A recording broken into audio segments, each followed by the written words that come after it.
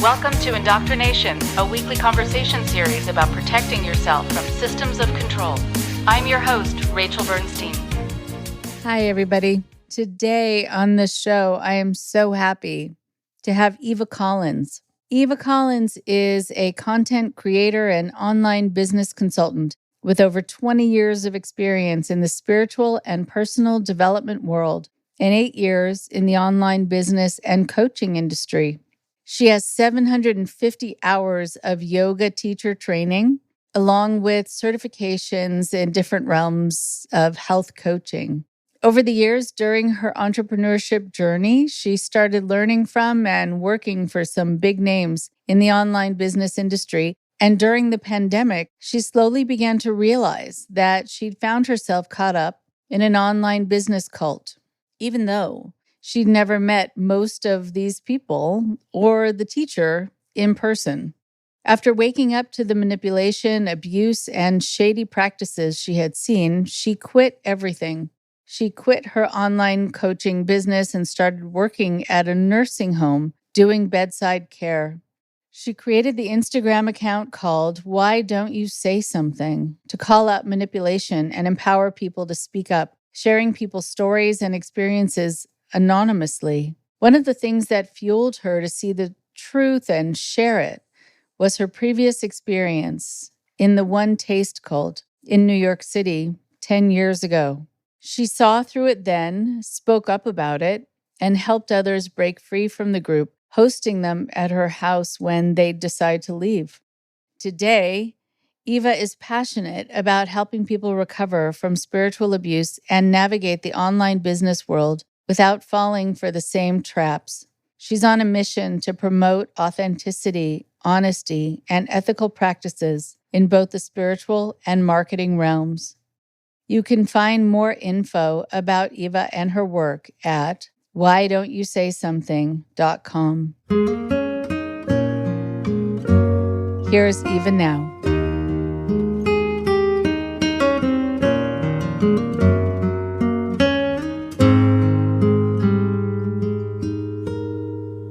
I am so happy to be talking to Eva Collins today. You have so much information that is relevant to not only this podcast, but to my work and the stuff that I go on and on about when I'm asked about it, because it's so out there. And I think people really need to understand how this all happens and what it looks like and in all of its different forms. And when people are reaching out for help and support and guidance and how they can be misguided through their pursuit of guidance. And so welcome.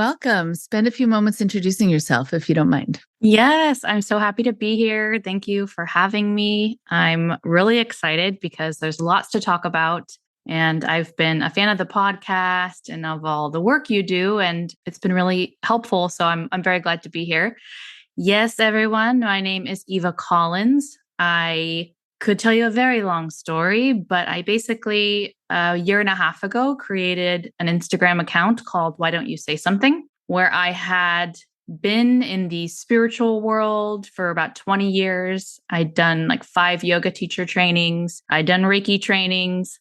And then I became a certified health coach. And I got into the online marketing world, the online business world through be an entrepreneur, learn how to put yourself out there. And so over time, I got in pretty, I would say, deep with some well-known names in the industry. I was, friends with a lot of big names in the industry. And I slowly started to wake up to say, whoa, that I found myself feeling like I was wrapped up in a cult or something culty with people that I'd never even actually met in person, which riddle me that, how that happens. So I started speaking up about the manipulation I saw, the tactics that I saw. I quit everything. I quit my online business. I quit coaching, and I just worked at a nursing home, which was very grounding, and learned a lot of life lessons there. And I started speaking up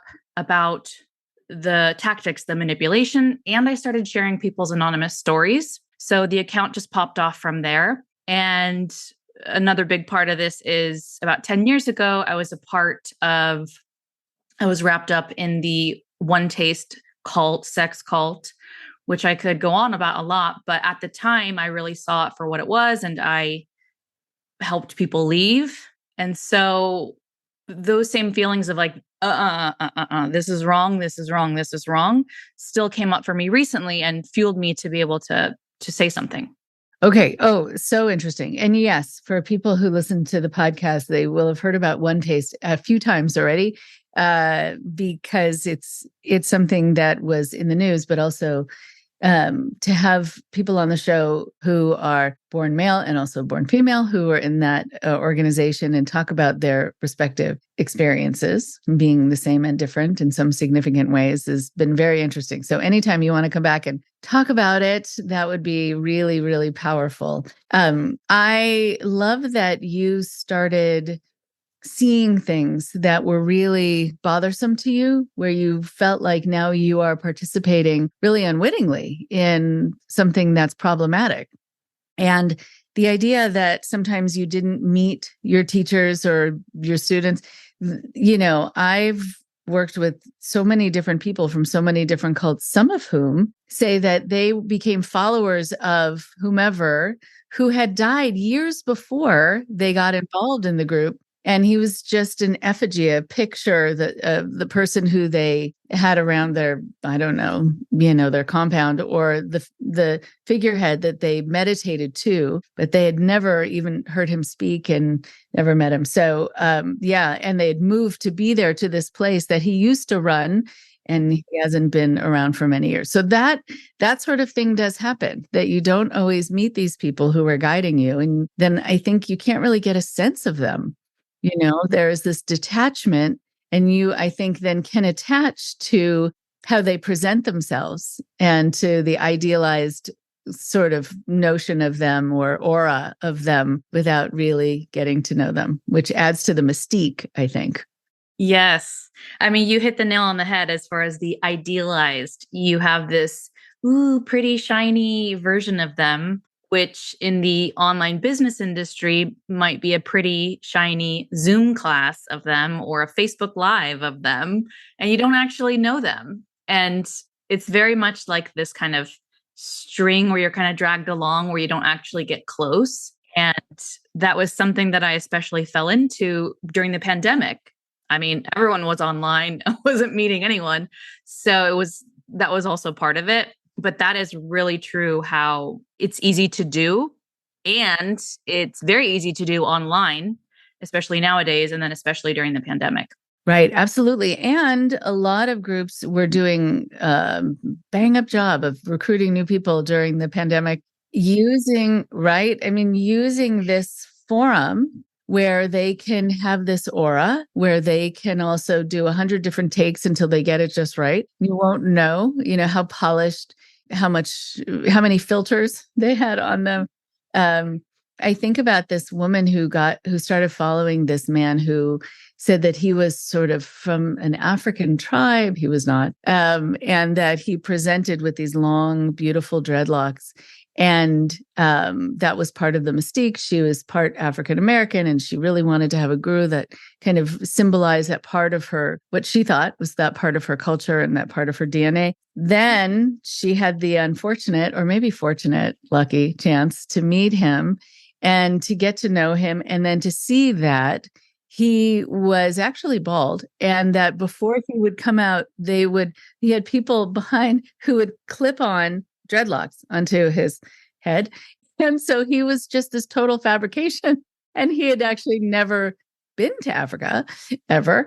And I think was actually from Spain.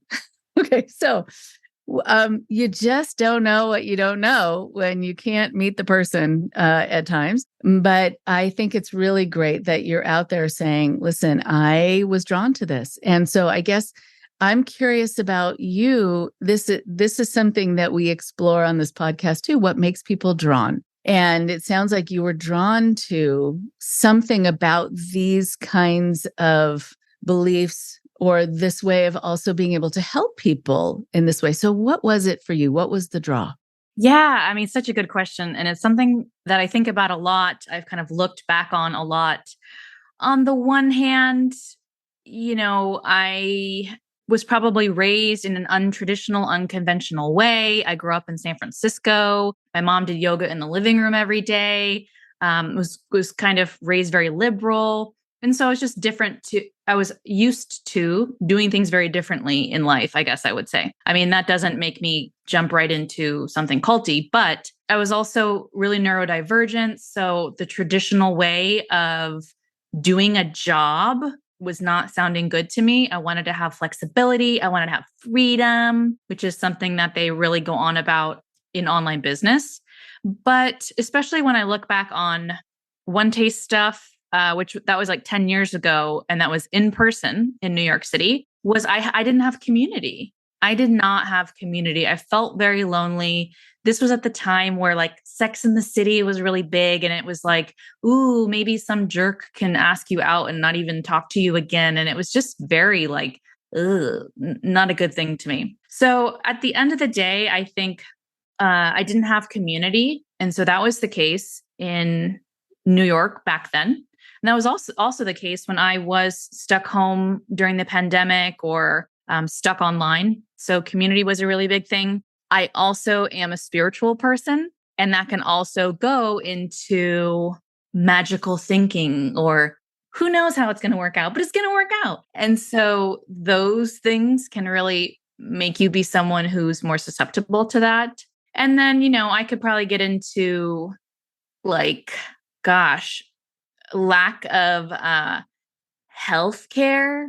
Like if I had access to a therapist, if I had access to even my own doctor, probably could have gotten some good resources or support for things that I was going through. So I know that's another big aspect.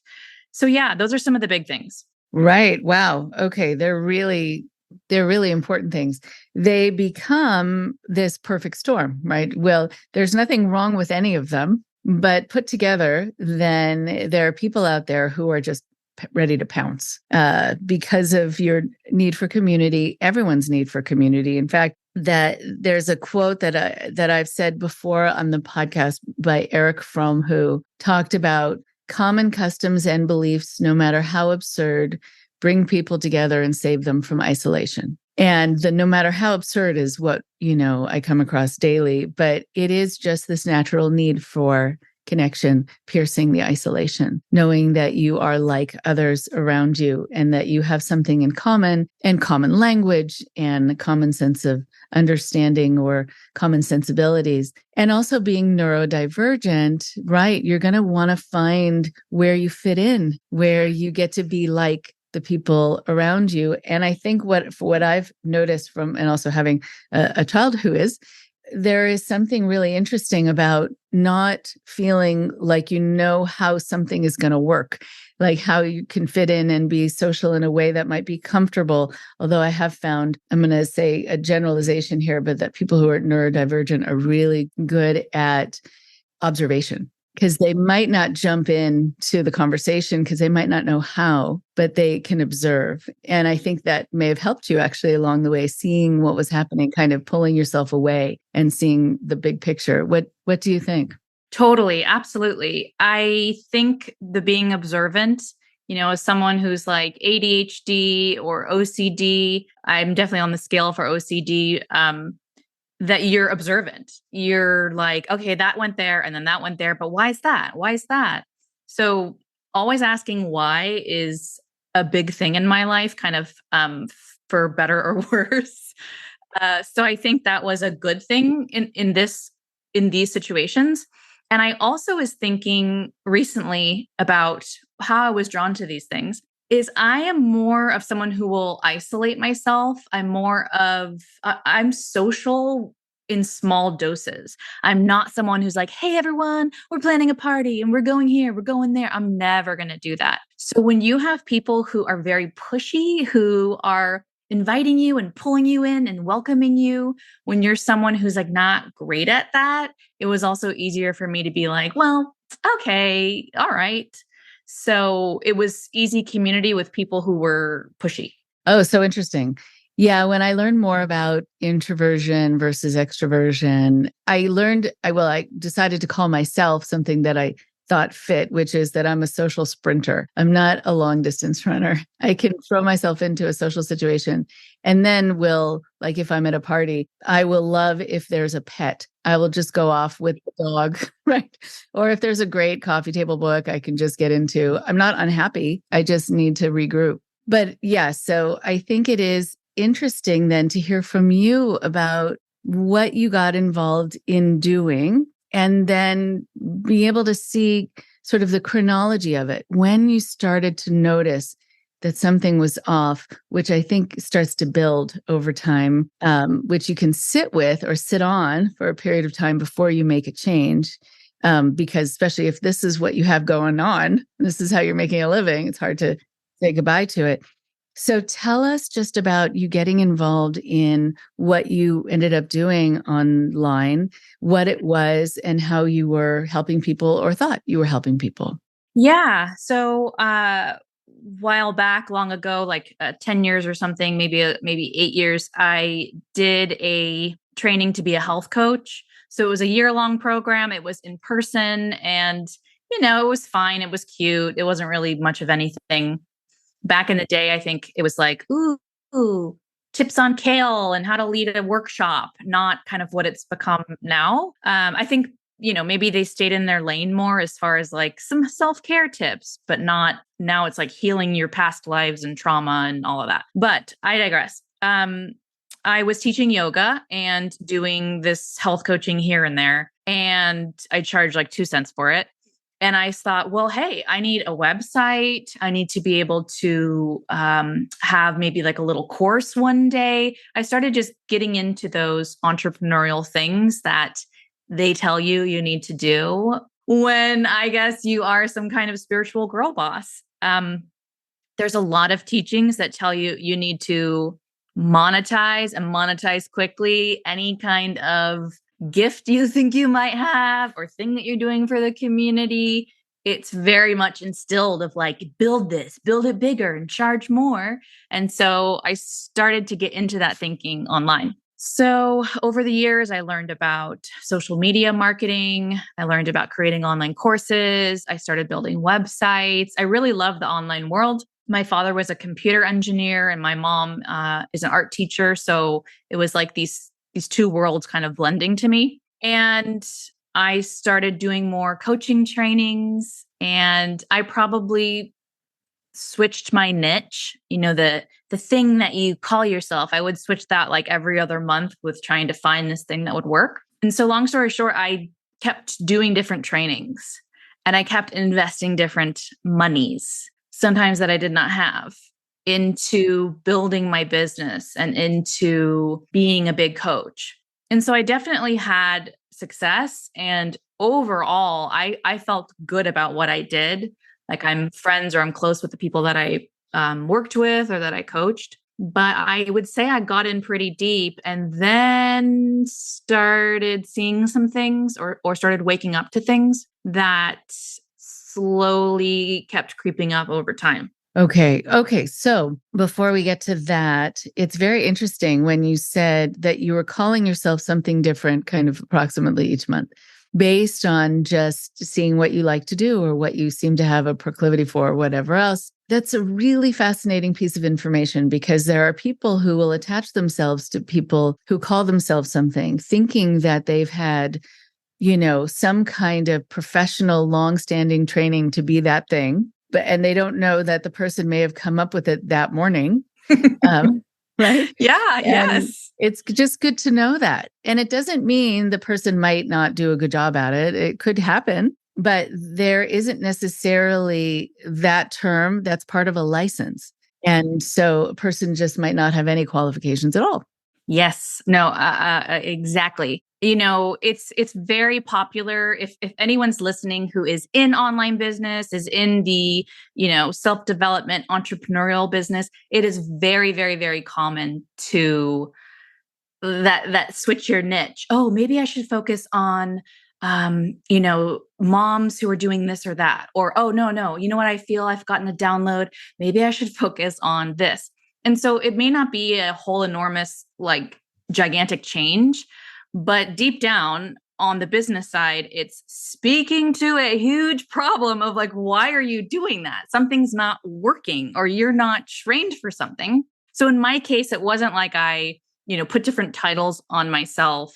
Was like, tomorrow I suddenly am a trauma therapist. I never titled myself something that was like shady. People do that. People absolutely do that. But yeah, they could come across your website and you have no idea if they have been doing it for long, if they have any training. And nowadays it's really hard to tell. It is really hard to tell. I mean, I treat people who say they got involved with a shaman and then you find out, the shaman's name is Jeff and he's from Long Beach or what, I don't know, whatever, and you're like, okay. So you really never know. It's a wild and woolly kind of world. Yes, it really is. And it already was before, when I first got involved maybe 8 or 9 years ago. But oh my God, during the pandemic, it was just the Wild West of everybody hopping online and everyone going to town, calling themselves different things or pitching different businesses online. So that's one of the things that I always am shouting about on the internet is ask people their credentials, ask about their experience. And if they have any issue bringing that up, that is a huge red flag.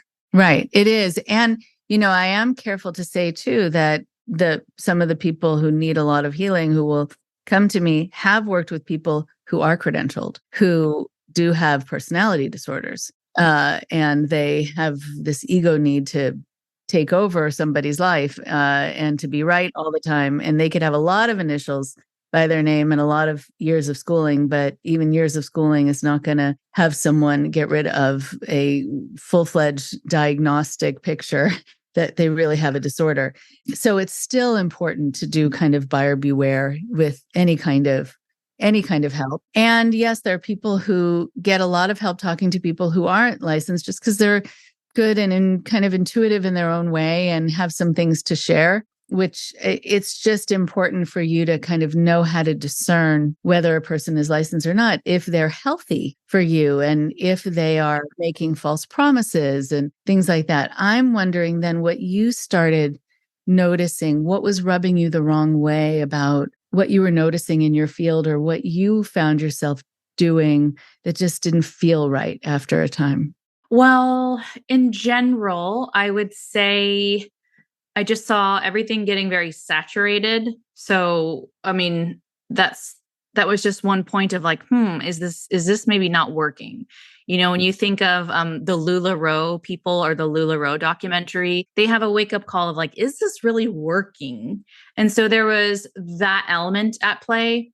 But then, of course, all of the mindset coaches tell you it's a mindset issue and you're not in the quantum field and all of this other stuff that they can use as an excuse. First, I saw, okay, it's really saturated. And is this working? Was one huge thing. And then I saw a lot of cheesier and cheesier and cheesier marketing. So it started to feel like, ooh, I don't want to be associated with this. Like, what is this? A lot of MLM style marketing of pitching to your friends, DMing people. Your business plan is to send people personal messages and ask if their cousin knows someone who knows someone who wants to work with you.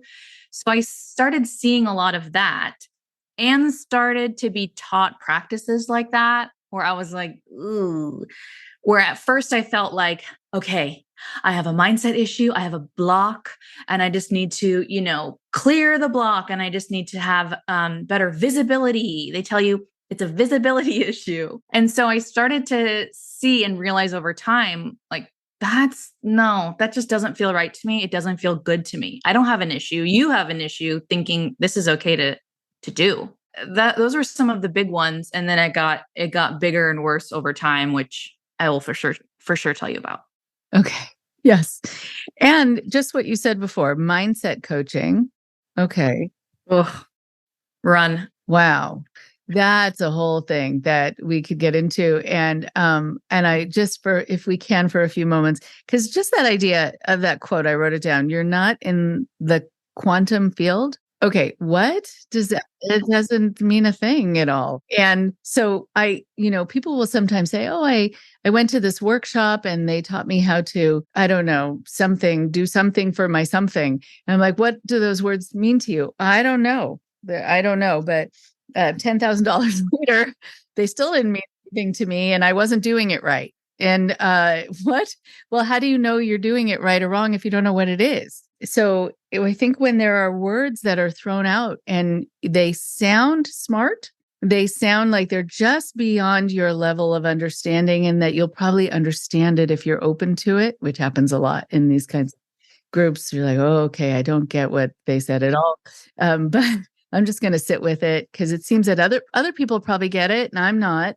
So I'm just going to try, but it still doesn't mean anything. Because what does it mean to be in the quantum field? Okay. And also, how would you know if you're there or not? And when there's something that's immeasurable, that's invisible, you then are totally dependent on another person to decide when you're there. And they'll decide when you're there, I think, after they've extracted as much as they can from you to maybe get there, which is a problem. It's like someone promising you, I don't know, that you're going to reach a certain spiritual elevation. Well, is that upstairs? Will I know when I got there? Or are you just going to wait and tell me when you've gotten whatever you need out of me? Yeah. Ooh, that sent shivers through my spine when you talked about when it's immeasurable and invisible. How do you know you got there and when will they tell you? And also who told them? Who told them? How do they know? And on my Instagram, for those who haven't seen, I do a lot of satire videos, or I did a lot of satire videos.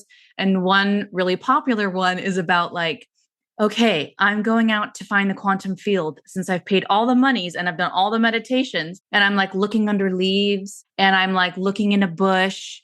It's like, exactly. I mean, what are we talking about? And I think it's a really weird place to find yourself when you are believing something that you don't even understand. And there was a lot of that going on. And I did that to a certain extent. I know how that feels. Right. Well, we have it just in mainstream culture when people talk about reaching enlightenment, that's a common term. And also, same thing. Okay. Do you like glow? Like, how do you know? Is there some way to know? And there really isn't. It can be just a feeling, or if you're involved in more of a cultic group, it's when they tell you. And if they use you for their gain, then you never quite reach it. And that's really, that's the unconscionable part, I think, that people are just used up in that way. I love that you're able to put some humor to this, which is really healing and really good.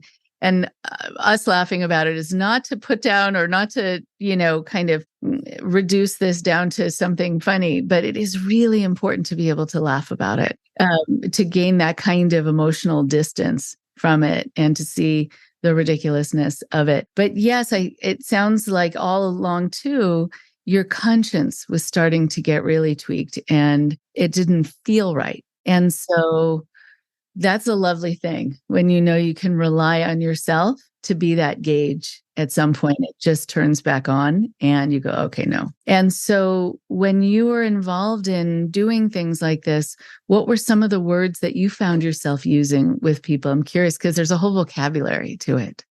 Oh,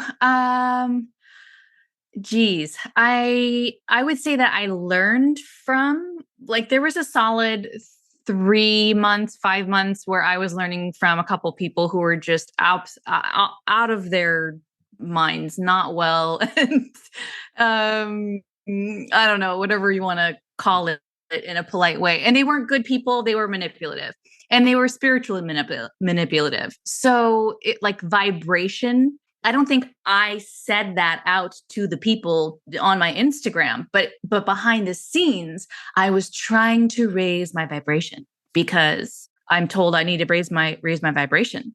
How are you going to do this or that, or sell out your program if you're low vibe, your vibration? And the vibration comes from your thoughts. And your thoughts put you in, the field. So vibration was a big one.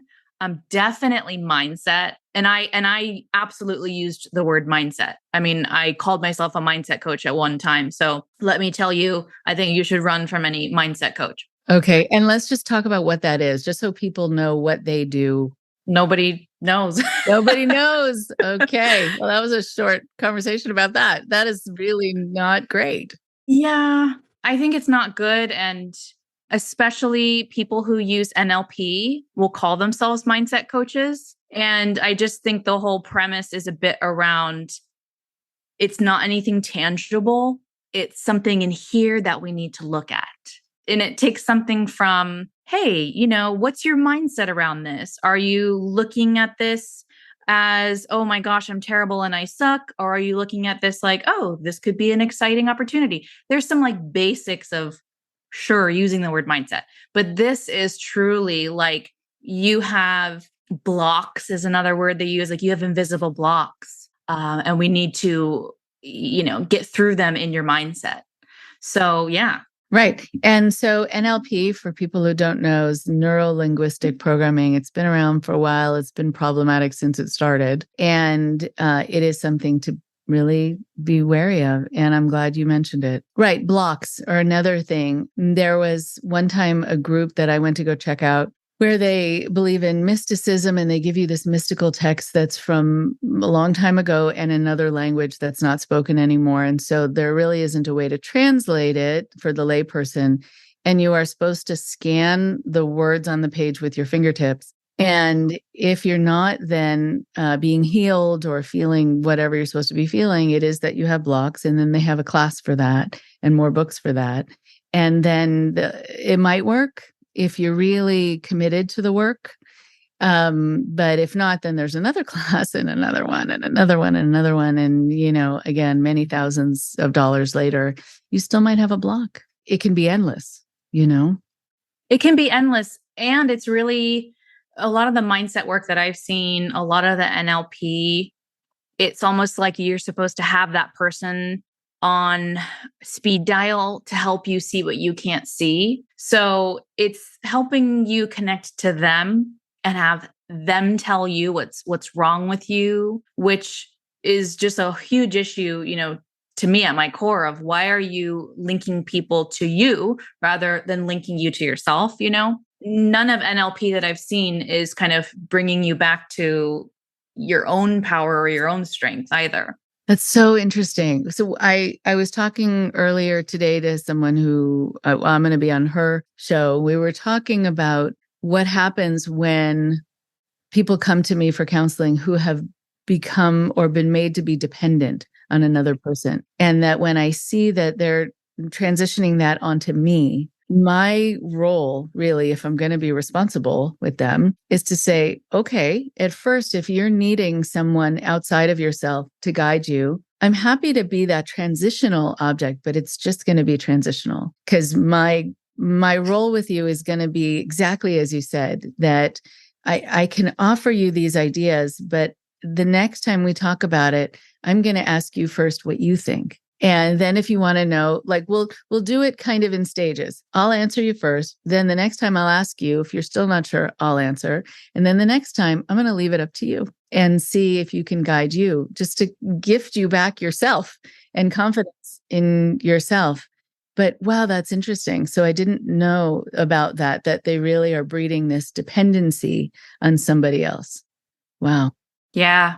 I would say that was another huge issue or red flag that I saw in the coaching industry as a whole was this dependency on the coach. It's as if the coach has the magic and the coach can see what you can't see. Like that, okay. I mean, all right. But at the end of the day, for me, I deeply believe people should be brought back to themselves, or I believe that like spirituality is, hey, help you find yourself, connect to yourself, not some outside person. So yeah, I mean, that's like running so rampant is this worshiping and relying on the coach.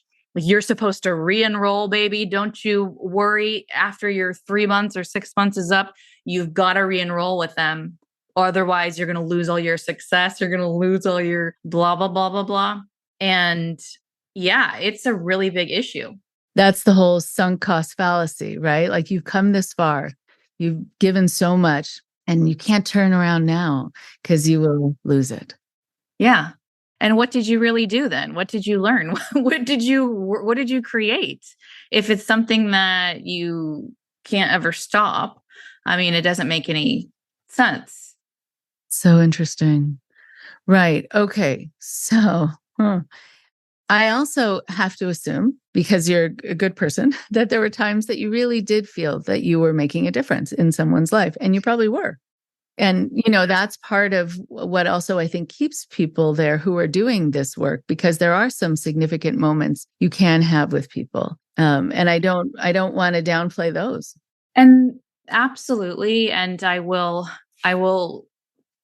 take that in, and I do think that, and I'm like, yes, that really is true. And I'm vocal about like, ooh, here's some of the posts I made or a picture I posted where who knows what I was thinking, because that is just stupid. Okay. And so I'm vocal about some of the things that I look back on. And overall, I feel good about a lot of the work I did. For many different reasons, I never pushed past my conscience. I never pushed past my values or just what I feel is like deeply right or wrong. And I'm glad that I had those, so there's that. And by doing that, I didn't make all the money that I could have made. By saying, I'm not the person to help you. I think we should reach out to a mental health therapist. Let's pause. By doing those things, I happily, turned down money or turned down business growth. So anyways, just saying, I do feel that I did some good work. And some of it is kind of like looking back at a bad haircut where you're like, oh, that was fine at the time. Everyone was doing it, but like, it's not cool now. And I also do look back on, yeah, how did I get there? And where did it go from, hey, yeah, you want to help people. That's obviously why you like teach yoga. No one gets into teaching yoga to make millions or something, or like, well, sure, some gurus do, but sure. And so where does it go from that to suddenly finding yourself like deep online or deeply involved with these odd people and like wondering what's going on? It's something I really don't know like where that is, but it is true, because one of the reasons that I'm so passionate and speaking up online is because these people are trying to help other people. A lot of them. They could be bankers, they could be, lots of other professions where they could maybe make more money. So I do think that a lot of good-hearted people get involved in these different types of things, coaching, because they want to help people. Mm-hmm. Right. And, that's one of the frustrations I have, is that there are very well-meaning people who have great intentions and really want to be able to make a difference, but they get caught up in finding a venue to do that is pushing them beyond what they know is right. And that when you make a statement like, in order for me to follow my conscience, it meant that I needed to forfeit making more of a living. That shows that the system itself is unhealthy. You were trying to be healthy within it. And that's an important statement, I think. Yes. And at the time, I never saw it as that. Unfortunately, with what I was taught, with what I saw within the industry, it's like, there's something wrong with me. There's something flawed with me, and I have some kind of block or issue. And it's also tricky when you are in business, because you're not going to go yell out on the internet or like yell through a studio like, I'm not doing great. Like it's a thing that people have more shame or privacy around, especially when it's the way that you are making money or it's your profession. Like when you talked about people reading a text through their hands, I might be more willing to say, I don't understand this. I might feel stupid, but it's not going to affect your income. So I'm just saying it's another level that comes into play. That's tricky. That is really tricky. Okay. And so what else do you think started to happen, or what did start to happen where, thinking back, you were putting things out there and it didn't make sense and may have not made sense at the time. And we can talk about those things and how you can talk yourself into something making sense. And that you can do it also because you think people are kind of watching what you're doing and it's going to make them happy that you're, putting out these ideas and you're doing a good job doing it, I suppose. But yeah, I'm just curious what else took place that became the catalyst for you really wanting to leave. Well, definitely the pandemic happened. So everyone's freaking out, yada, yada, yada, as far as, oh my gosh, what is happening? Are we going to live? We're afraid of going to the grocery store. And so during that time, some of the people that I had been learning marketing from, that I was in trainings, I was paying money to, I was going to events to, I was learning marketing from them. Okay. Hey, this is an email platform. Slowly, there started to be mentions of conspiracy theories. And I thought, okay, what now? What did you just say? And basically, I thought to myself, okay. Not every single person has to agree with you 100%. Don't make a stink about everything. You're here to learn marketing. Don't think about that. So there was conspiracy theories that started to be mentioned from someone who I was learning from and deeply involved with as far as just like the internet, someone that you're paying money to and that you're in a group program with. Okay. Those got bigger and bigger over time, where literally on a training, we were told essentially something of like, don't trust the government and don't get the vaccine. And like, I think it was like buy gasoline and supplies and batteries, and that like the government can't be trusted, and that their shaman told them that that's what's going to happen. So I sat there with like my jaw to the floor of like, that one I cannot run past. That one I cannot just laugh at. I can't laugh at. No, right. I can't laugh at that. So I told myself like, well, I'm learning marketing. I mean, like, okay, right. You try and make it okay in your mind of like, well, just stick to the good stuff you're learning and don't, listen to that. So it got worse and worse over time. And I thought, you know what? Let me take a Google of this guru that they were mentioning. I'm curious. So they said conspiracy theories, mentioned some alien things. And I'm going, oh, okay. So I took a Google, and long story short, there was like nothing online about this person. And they ended up being just like a really odd shaman, is what I'll say, who really believes in aliens, which right on is just not something that I want to learn about more. So then around that time, or like right before that time, and this is something that's like, it's like an embarrassing moment, but also a really important one. We had done a training in online marketing, and I thought, oh, there's some odd stuff going on here. And they said, I want to lead us through a meditation at the end. Let's just like close this thing out. And we had mapped out goals for the year. And they said, let's just do a little meditation. I thought, I'm down with meditation. Okay, sure. And they had us like meditate in this weird way, and then pulled up a symbol on a screen on the Zoom that made no sense. It was a bunch of like geometric symbols, and told us to draw the symbols. And so I'm like, okay. And it like went slowly over time. They didn't say, attention, we will now bring up some really weird stuff and have you draw symbols. It was like, okay, think of your vision, write down your symbol. Like you draw a triangle and you're drawing more triangles. So long story short, they led us through this, I don't even know what, some kind of symbols and code that was supposed to be helping us manifest our vision. Oh, manifest. That's another good one. That's another good one. Uh-huh. Yeah. Okay. So, and there's no explanation, like there was no warning, there was no anything, but people will play along because like, okay, might as well give this a shot, I suppose, which is what happens. Okay. So here you are and you're drawing it.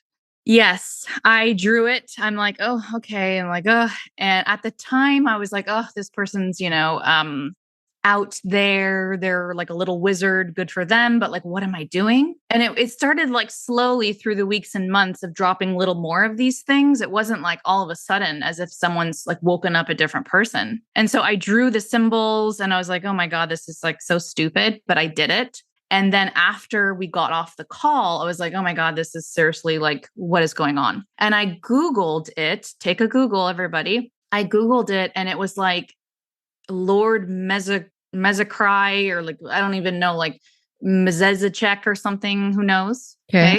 I'm doing the Google while we're talking. Oh, I'll send you a picture of Oh, the nice. code. Thank Oh, you. sure. Yes. Okay. It was like a 80s website of some wizard from some different ascended planet. Oh, one of the ascended masters from a planet. Sure. Sure. Yeah. Let's go with that. Yeah. Okay. So a huge wake up was I asked everyone after, like my internet friends, I'm messaging like, what the heck was that? And they just said, oh, LOL, you know them, and didn't think much of it. And I said, yeah, but I looked online and it's nothing. And the whole thing makes no sense. And no one really like thought anything about it. But the biggest moment for me was I had this paper on my desk.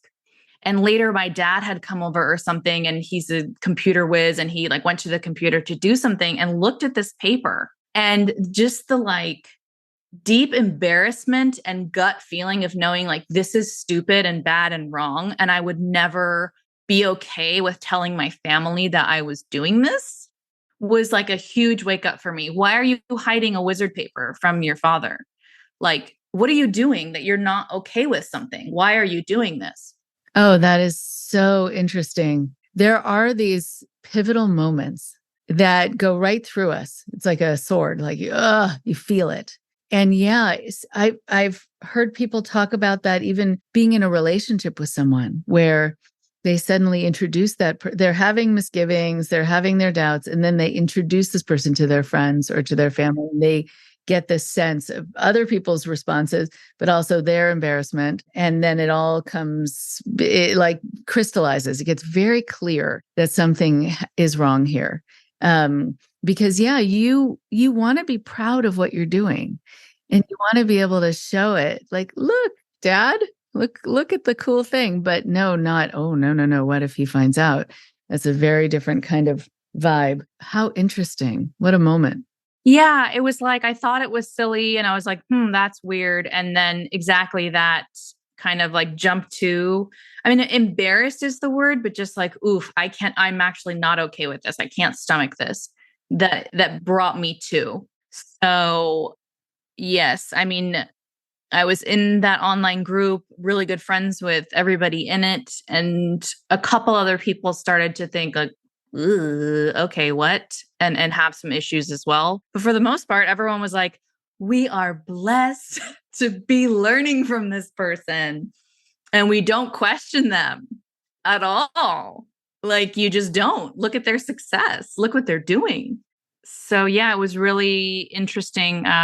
But it happened very slowly until those bigger moments.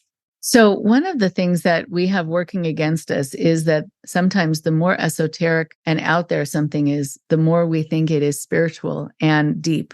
And it could just be that this person had a diagnostic delusional disorder, or was just this charlatan who just crafted something and had this aura of wizardry, whatever that means. And yes, that they rely on the fact that people won't question. They rely on the fact that people will go along, especially if you're enticing someone into something new. And with this sort of promise that it's going to make some kind of change for them or some kind of insight. Again, you don't know when you're going to have reached it, but you're along for the ride. And manipulators expect that you're going to go along for the ride if they can make it seem interesting enough. So going to what you were saying about like the community here, you had this community of people. I'm sure it helped that there were some others who were also questioning, because if you were the only one, I'm sure that would have been really hard. Yes, I am so grateful to the friend or two that I still talk to who I was like, ooh, and they were like, yeah, as well. that was really, really good and really important. I did feel like I was the one bringing it up. I was the one like, yeah, but I am very grateful for that. And it also like may not have mattered. I mean, with my experience in One Taste, I didn't have a single person who was saying, yeah, you're right. Yeah, this is weird. I was personally saying, I don't care. This is not right. No matter what you tell me, if I'm by myself in my house thinking that, I will think that till the day I die. This is not right. And so for me to have that experience and then like years later have it come out like, yes, this was a horrible cult, that also still fueled me. So just anyways, yes, it was really helpful to have those friends though. Absolutely. Yeah. And just for One Taste for a moment, in those kinds of groups, there are other people doubting, but they're too afraid to show it. So people will often feel like they are the only ones. And I want to make sure everyone hears this message. You are never the only one who is doubting that something really is the way, it's been portrayed. And you're not the only one who's kind of miserable when you're supposed to be happy and questioning and feeling very much alone. It's just that when you're in a group that can be intense and it's in person, people are looking at each other. And so you have to go along with it and act a part in a way that you might not online to the same degree. But still, even if everyone's nodding their head and smiling and saying yes, I'd say a good 50% are not feeling that way, but they know they have to portray themselves that way so they're not on the hot seat. Because you can be shamed and ostracized and judged, and no one wants that. How interesting, though. I mean, it is frightening when you think, "Wow, am I the only one who sees what's happening here?" Yeah. I mean, like, hello, am I in the same world? I mean, like, what is going on? Am I the only one who thinks this is wild? And something you mentioned about something along the lines you just said about, are they kind of like manipulative, like on purpose? Are they really trying to like, ha ha ha, I'm gonna lie to you and get you? Or are they like delusional? Do they have some kind of spiritual psychosis of truly believing that they are a wizard connecting with aliens? And I honestly think that that is majority of what I personally see is people who are, I think, ill or like spiritually delusional as far as some of the most like harmful or abusive people. I swear to God, I really think that they think that very deeply. And that's also why it's so compelling, is because you're like, there's not an ounce of doubt coming from them. And it's especially very freaky. It is. And I think that's a great insight. Sometimes people will ask me, what kind of person runs a cultic group? And by and large, I think they're malignant narcissists who know what they're up to and they're really good at manipulating and they have no conscience and they don't mind whose lives they destroy to get what they want. And it's a parasitic relationship, basically. Then you have the ones who I think start out kind of okay, but get drunk with their own power. And so they may have started out way more innocent, but then realize they have this charisma where they say something and people listen to it. In fact, I know someone who came to see me because he said, I was on my way to being a cult leader. I have this way of talking where people listen to me. And I got frightened of that because I'm thinking, I don't even know if I know what I'm saying. But then there's this other faction, this sort of, there could be more than this, but from what I've seen, a kind of a third group where it's this diagnosis of folie à deux, which is shared psychosis. So you're dealing with someone who has this psychosis, who has a delusional disorder and is able to bring people into the disorder while they have that hold on them. And it's people in those kinds of environments will say they really started to see what the person said they were supposed to see and feel what they were supposed to feel. And then somehow they came to, because they weren't wired in the same way. They just joined because they liked the idea. They wanted to believe in it. But at some point they woke back up. Yeah. Gosh, that's so good. I have to like think back on some of the top predators that I always think to. And I'm like, which category are you going in? And it's also of what you're mentioning around, I want to say, like, the mindset of where these people are coming from. Sometimes I'll mention the word grifter, which wasn't something that I was familiar with, but people think when I talk about scammers or people who are predatory or people who are manipulative, it's as if they're thinking, yeah, I'm going to email someone and it's all fake and I'm just going to get money from them. Like someone who knows that they're lying and is trying to get something from you. And I don't think that's like majority of what these people are doing. It's not the feeling of like, ooh, I'm doing something really bad and wrong. It's like they think that they're saving people. They think that they're helping people. And I think people often think that there's nothing bad happening or they're not being manipulated or they're not being scammed because they're enjoying it, because it's a good time. And so that key thing about grifter to me is like you gave someone a bunch of money and you were happy to do it. You thought you really did a good thing and had a great time. Like that's the key grift of not even knowing that you're being manipulated and scammed. Do you know what I mean? Mm-hmm. Right. There are so many grifters. There are so many schools that I keep hearing about that are schools of mystical something or magic with a K, and doing a lot of work with tarot. That's not necessarily dangerous. I don't necessarily believe in it, but it's the fact that people can just be bilked of so much of their cash, of their time, of their trust by people who have been in many different incarnations, and whatever grift stopped working or when they were sued or something or exposed, they just changed. They changed their look. They changed their aura. They may even go using a different accent. So they seem esoteric. And it's really good, like to hire a PI actually at times to find out who this person has been before, and knowing that this is just one of the many things that they're going to be doing to get money out of people. That's someone who really doesn't operate with their conscience, actually. Yeah. I have done these deep dives on my Instagram stories. So like they're kind of saved on my highlights, and it's deep dives of some of the biggest names in the industry. And I will go back to like the very first thing they posted on their website. I will go back to the very first Instagram post. And I'm like, did you know they started in an MLM and they were saying these things? Like I was personally shocked and surprised. I was like, wow, I never imagined that. And so when you kind of track someone over time visually and spot it in that way, it is very eye-opening. I mean, and it was for me. Mm-hmm. Right. So then when you said goodbye to it and then you started working in a nursing home, that is very real, very grounding, as you said. And I think it's a very, very tangible work. What is happening is right in front of you.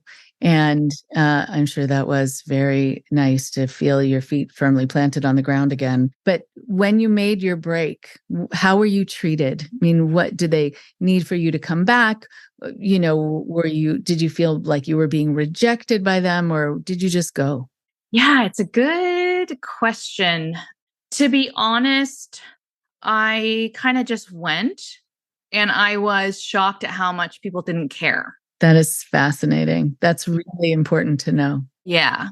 It was like, okay, bye. Oh, you're not gonna come to this call. You're not gonna do this thing. Like they could actually care less.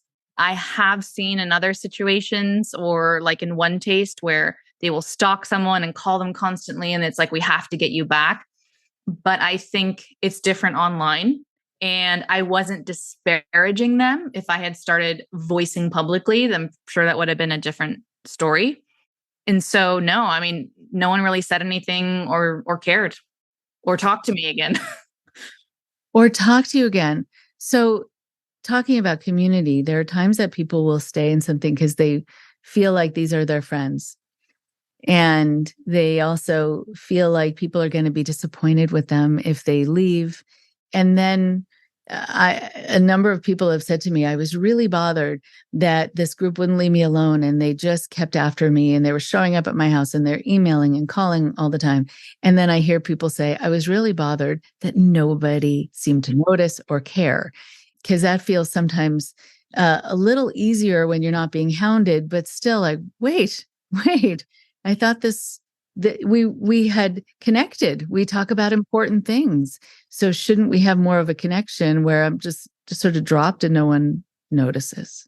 Yeah. I mean, it is really kind of spooky, and it's also sad to think, okay, so this is the only thing that we can connect on and the only place that we can connect on. And also just goes to show that kind of like isolation that goes on even online, that unless you're in this community, unless you're like paying in this group, unless you're showing up with these people and actively participating even online, that you're not going to connect. I mean, that there isn't a connection.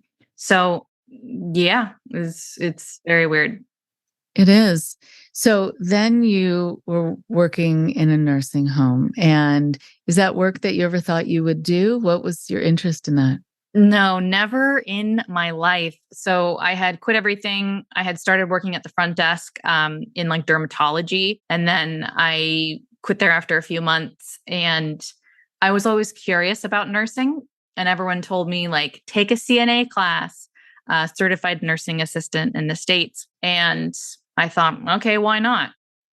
I was doing a little social media management on the side, and yeah, so I started doing it. And like from day one, when I walked in, I loved it. And then also found it like so heart wrenching, and also found it so like soul fulfilling. It was just really what I needed at that time. I mean, I created my account and started speaking up when I was working at the care center. And it completely fueled me, because it's like you see someone who is, wheelchair bound and in such pain, mentally, physically. You see how there's maybe one nursing assistant to like 15 people, and people just sit there and cry, like waiting for help. And then you open Instagram and see people talking about their codes and their manifestation and why you need to do this and that. So that like juxtaposition, or that like, wow, black and white difference was like, yeah, this is some BS. This is some BS. And I don't care what you say. Also, in the beginning, I was really bullied. I was harassed. I was threatened to be sued. I would get so many hateful messages, and I didn't care. I was like, I have real people, a community. It was a community center where I have hundreds of patients and hundreds of staff that I'm deeply friends with. I am in community. I could braid their hair, and I don't care what you say or do, because you are a poof on the internet, like as far as, a wit in the wind. So what are you going to do? What are you going to do? What you going to do? So it was very grounding in that way. That's quite amazing. I mean, you went into something very intense, and it sounds like it was this perfect way of having this frame of reference for what's real and what isn't. And yeah, people online who were taking themselves so seriously, but might not survive a day doing what you did at that care center, because that's real. Okay. So good for you that you did that. And so now tell us about what you're doing and the whole idea of saying something, which is really important. Yeah. What I'm doing now is I have a day job in healthcare. And I just recently left the community center after a year and a half. I got, pretty burnt out. I worked there bedside during COVID and all of that. So I have a job separate from all of that. On the side, I've dabbled with doing social media management, doing website design, doing some marketing consulting for like really good people, people who are therapists, DEI consultants who want to talk about like, how do these things connect, and just like basics. And yeah, I just think it's important to share and speak up, because I felt very alone when I made my account. And when I started speaking up about things, I felt very alone. I thought no one would even see it. And it was really helpful for me, healing for me to have people say, "Oh my gosh, I so relate, and I'm happy that you've shared this." So I continue to speak up. It may sound cheesy, but I get like many messages a day of people who have been spiritually abused. I mean, really, really, really are in a dark place and don't know which way is up. Maybe like breaking up with coaches. The fact that you even need to say break up, but breaking up with coaches, financially abused, spending up to hundreds of thousands of dollars, maybe hiding it from friends and family. So I think it's very important to speak up and say something. And I was in the industry for so long. Like, it's not like a hunch. It's not I'm curious. It's like, this is what I have deeply seen and what I have experienced. And so I'm going to share that. So I have no idea how in the world I got to this place. I never thought I would be. If you asked me a couple years ago, I would have been like, oh my God, no, I'm going to have a girl boss empire. So it's kind of funny that I'm here, but yeah, that's kind of the gist of it. Right. Well, I think when you merge your gift and your drive to help others with, now having actual information that people need to know to keep themselves safe, or safer, and doing education, doing preventative work is really quite amazing. And that you're speaking from experience, which makes you a trustworthy source, because just like you can say, I did this, I saw this, and I know how it can happen, and I know how intoxicating it can be. And I know how there's some good people out there, but there are also some really fraudulent people, and they're good people who are also getting pushed to be fraudulent. I really love that you are in this place where you are getting to do the work that speaks to you while still using your experience to educate. And that's so incredibly valuable. And I'm really glad that you're getting that feedback. I'm sure that feels validating, especially that, you had to go through getting harassed to get to this point. But it seems like it's worth it when people say, thank you. That's really helpful. Yeah, and I'm grateful to everyone who sends in their stories and sends in their experiences. I kind of turned it off a couple months ago because I was like, I can't see this and read this all day long. But it was those things of people knowing that they're not alone. People knowing, oh, I don't have a mindset block. I had the same experience you had. And so it's also important because in the online industry, you will be booted out, you will be deleted. It's not like you stand up in an auditorium and everyone heard it. If you were to post something, they'll delete it. So I want to have a place where people can actually have something and have it be up, because it's very easy to silence people online or block them or digitally attack them. And so, yes. So what I'm saying is it's important online, and people get very silenced easily or bullied. And everyone else is grateful and like wakes up from reading other people's words and experiences. Yeah.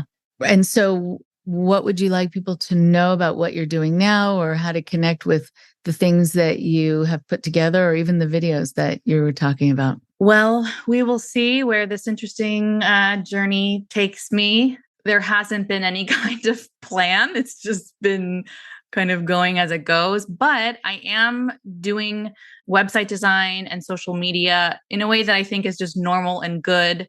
And I am passionate about helping people who are doing good work use digital tools to get their stuff out there, especially from someone who is so weary and so aware of the BS that people can fall into. And I think that we'll follow along and see if I can do more interviews with people or interviews with experts to kind of put more education to the things that I was noticing that I didn't have the words for. So yeah, I have the Instagram, Why Don't You Say Something?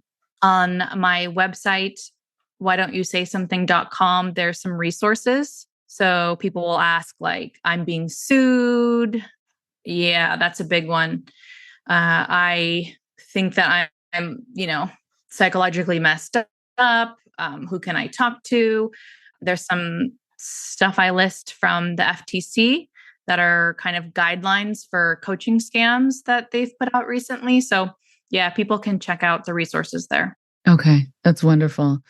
Well, I want to welcome you back from the quantum field to to the real world, and it's nice to have you back. And if you want my help with putting together, any information out there, I'm happy to be involved. I love that you're thinking about doing that. And good luck to you in your work. And it's a pleasure to talk to you. And I hope to talk to you again. Yes, thank you so much for having me, and thanks for all the good work you do. And thanks everyone for listening, and hopefully we'll get to talk again soon.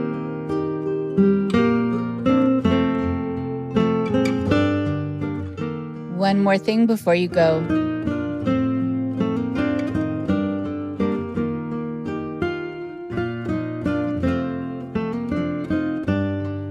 Thank you to Eva for her openness. This has been quite a journey for her, and I really appreciate that she took us along part of that journey today with sharing her new awarenesses and developments as she was moving through the field of online coaching. It is so powerful to hear her talk about working also in the nursing industry and health industry, really being able to be grounded, to go from some kind of online coaching industry, which is this sort of amorphous thing that just sort of happens in the air, to something entirely grounded, helping people at their bedsides, helping people who are going through a very rough time.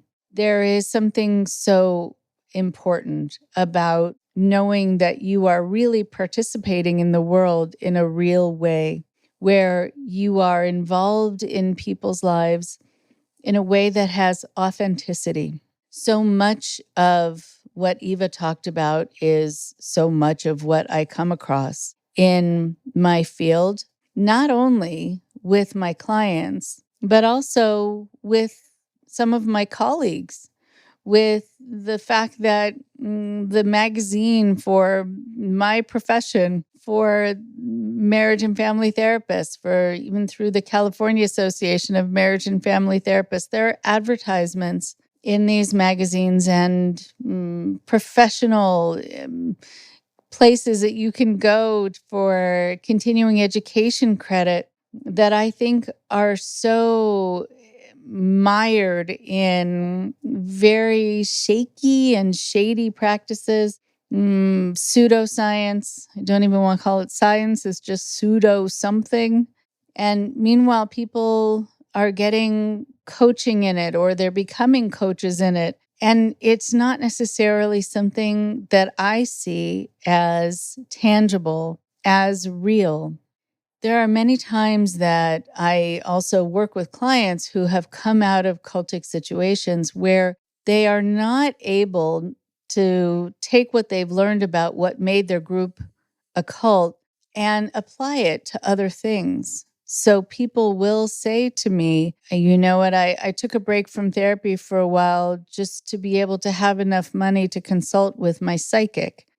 And I'm thinking, well, I don't know what you got from your psychic, but the fact that you're back coming to therapy might mean that it didn't quite do what you thought it was going to do and didn't give you the answers that maybe you really needed.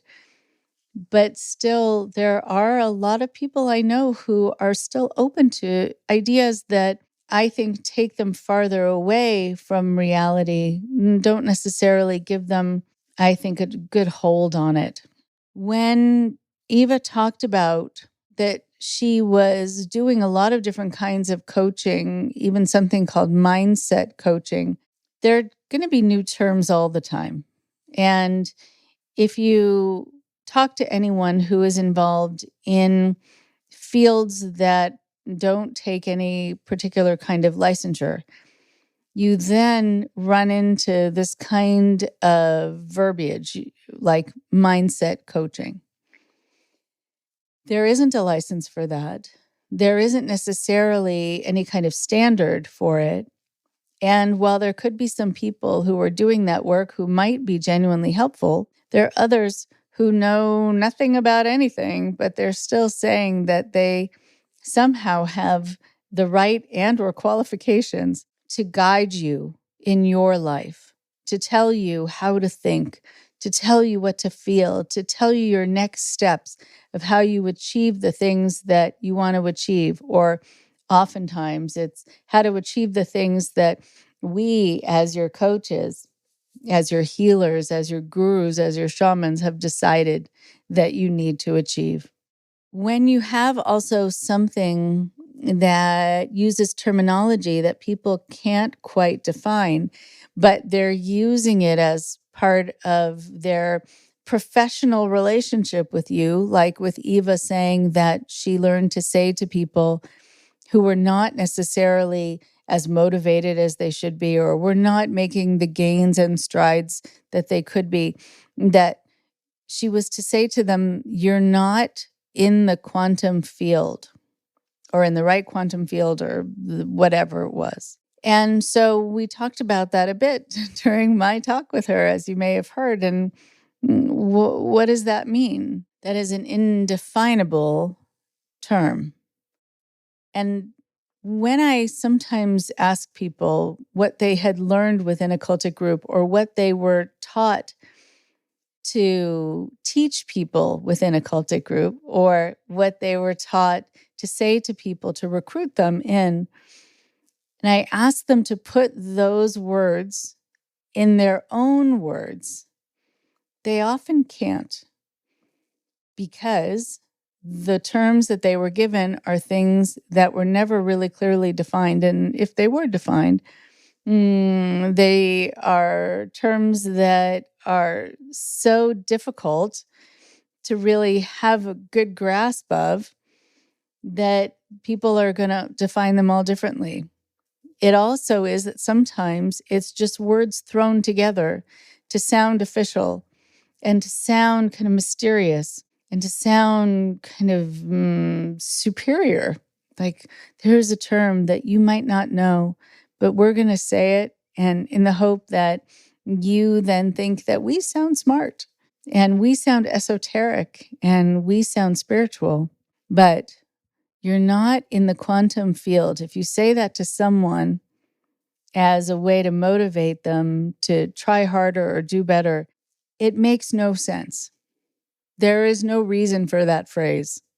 There are a lot of people who will really feel like this is something that they have to learn in order to teach other people to get there.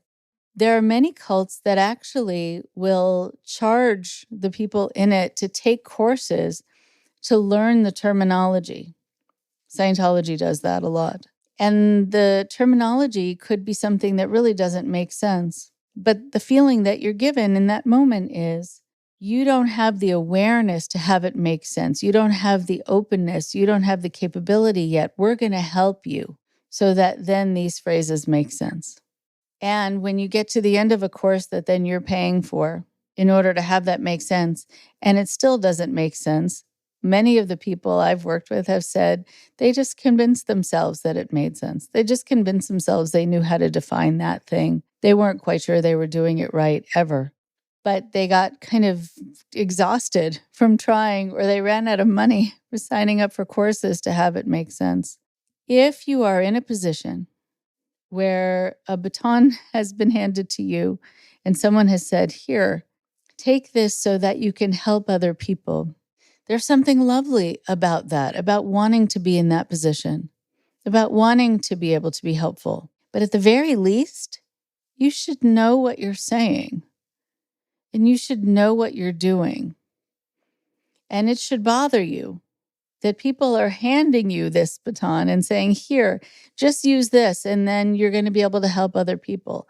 That's not enough. You need to understand the process of healing, of helping, of psychology, of knowing also when to detect that what you're providing for someone is not helping them. At the very least is just keeping them in a neutral position because what they're being given really isn't helpful. Or that you need to be able to detect that what you're telling them is actually harming them in some way, but without any training, without any background. then there isn't really a way for you to know that. You're just not given enough of the skills, of the tools. And I want people out there who are tasked with helping others to be able to ask those questions and get answers. Okay, I'll say that phrase, but what does it mean? And how is it to help this person? And if they don't understand it, why is it that I should be judging them if I don't understand it myself? I really love that Eva came to this place of saying, it should take more than this. I should have more at my fingertips that is really real before I can kind of say I am qualified to help others.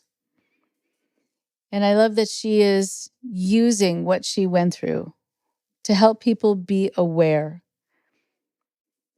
But for all of you, really, truly be aware that so much of your own good intention of wanting to be helpful to others is something that multi-level marketing systems are going to capitalize on and are going to say, we can help you help others, but you need to help us first by paying into our system. If anyone out there wants to learn how to help others, then go to a training program, go to a school, go to a place that isn't feeding off of you, but is there to provide you with what you need so that you can be out there in the world helping others in a responsible way. Take good care. Talk to you next week. Thank you very much for listening.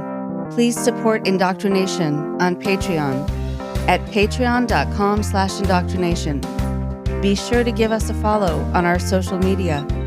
Find us on Facebook and Instagram using @Indoctrination Podcast. And for Twitter, find us at @_indoctrination. We love hearing from you too. So send us an email at indoctrinationshow@gmail.com. And for more updates on the show, visit our website at www.podpage.com/indoctrination.